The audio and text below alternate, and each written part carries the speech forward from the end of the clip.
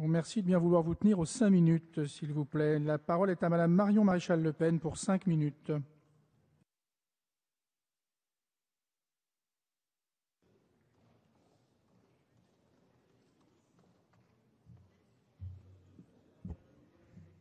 Oui, Monsieur le Président, mes chers collègues, Monsieur le Ministre, on nous demande aujourd'hui de nous prononcer sur le traité budgétaire européen.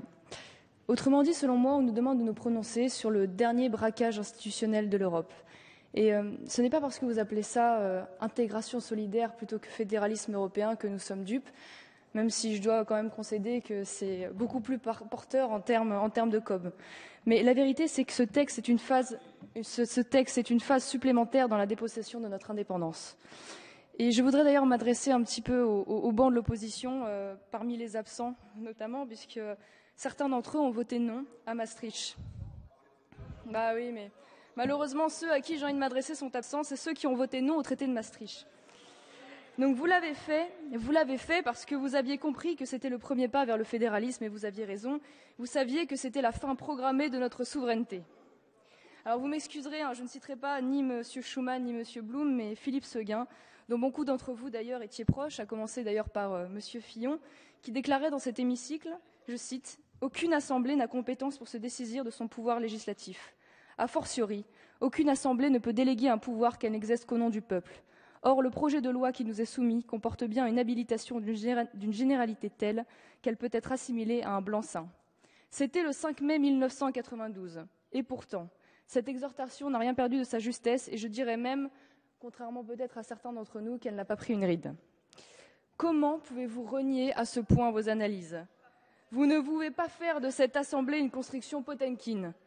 Vous ne pouvez pas laisser une commission nommée décider à la place d'un Parlement élu.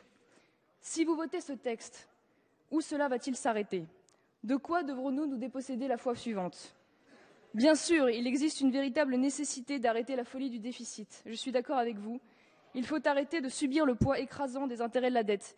Et je pense être d'autant plus légitime de vous le dire que c'est évidemment ma génération qui va payer les errances et les folies des gouvernements successifs de droite comme de gauche. Mais enfin, sommes-nous une nation si peu responsable que nous soyons contraints de demander à d'autres de prendre des décisions à notre place? La vérité, c'est que vous n'avez pas le courage d'assumer les responsabilités des réformes qui s'imposent. Peut-être cela vous arrange-t-il d'être cantonné au rôle de chambre d'enregistrement. Mais les faits historiques sont têtus et ils nous annoncent que tout abandon de souveraineté s'avère définitif. Aucune nation, aucun peuple n'a jamais réussi à sortir indemne d'une construction fédérale. Souvenez-vous de l'exemple austro-hongrois et des républiques de l'ex-Union soviétique. Et savez-vous pourquoi?